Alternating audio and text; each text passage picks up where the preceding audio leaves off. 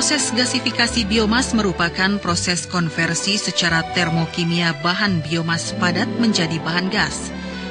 Dengan kata lain, gasifikasi biomas boleh dipahami sebagai reaksi oksidasi parsial biomas menghasilkan campuran gas yang masih dapat dioksidasi lebih lanjut yang bersifat bahan bakar. Bahan baku biomasa yang dapat berupa serbuk gergaji, batok kelapa, sekam padi, ataupun limbah-limbah biomasa lainnya dimasukkan dari bagian atas gasifier. Demikian juga udara. Selanjutnya, gas-gas mampu bakar yang dihasilkan dari gasifier ini dialirkan ke dalam tungku pembakaran keramik. Pembakaran di dalam tungku keramik ini temperaturnya dikontrol untuk memenuhi kualitas dari keramik. Gas buang hasil pembakaran di dalam tungku keramik kemudian dialirkan ke dalam ruang pengering, di mana di dalam ruang pengering ini keramik-keramik yang mentah dikeringkan sebelum dimasukkan ke dalam tungku pembakaran. Aplikasi dari teknologi gasifikasi biomasa ini cukup luas. Selain gas-gas mampu bakarnya dapat dimanfaatkan untuk pembakaran di industri, gas-gas mampu bakar ini juga dapat digunakan untuk memproduksi listrik. Lebih jauh lagi, gas-gas mampu bakar berupa CO dan hidrogen ini juga dikenal dengan gas sintetis yang dapat diproses lebih lanjut untuk menghasilkan bahan kimia ataupun melalui proses Fischer-Tropsch dapat digunakan untuk memproduksi synthetic fuel atau bahan bakar sintetik. Sebagaimana anaerobic digestion, gasifikasi biomas juga dapat dilakukan dengan skala kecil sehingga sangat prospektif untuk dikembangkan di pedesaan dan wilayah terpencil.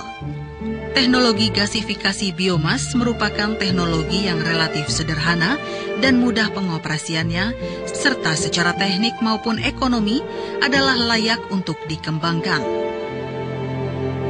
Dengan dukungan teknologi yang tepat, diharapkan di era globalisasi ini, industri kecil dapat meningkatkan daya saingnya menghadapi produk-produk dari luar. Bahkan, lebih jauh daripada itu, mampu bersaing di pasar internasional.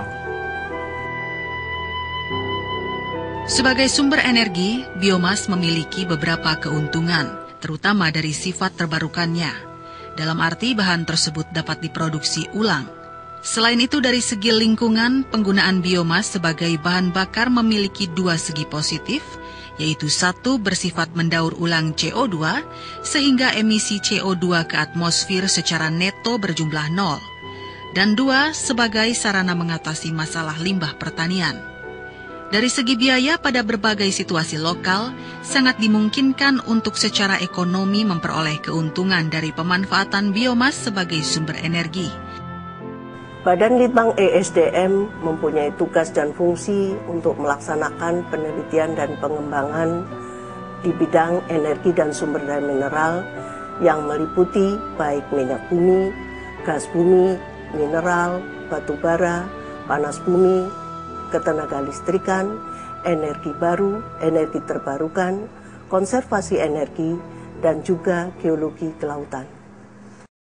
Teknologi gasifikasi sebagai salah satu teknologi konversi energi biomas saat ini masih sangat terbatas perkembangannya di Indonesia.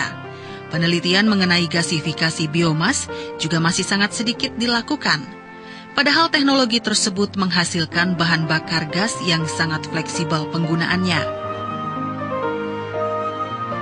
Kenaikan harga bensin dan solar akhir-akhir ini telah menjadikan pemanfaatan biomas menjadi lebih menarik secara ekonomi. Lebih lagi jika rencana pemerintah untuk mencabut subsidi minyak tanah jadi terlaksana, maka insentif untuk pemanfaatan biomas di sektor rumah tangga akan meningkat. Dengan harga jual barang sulit meningkat, saya mencoba alternatif lain dengan pembakaran cara lain, yaitu saya menggunakan sodas atau serbuk gergaji. Ini bisa juga dengan menggunakan sekam.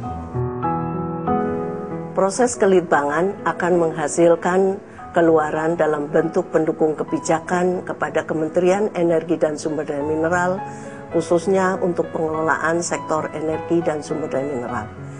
Di samping itu, proses kelitbangan juga diharapkan mempunyai keluaran yang menjadi solusi daripada industri dalam bentuk pengelolaan, pengetahuan, dan inovasi.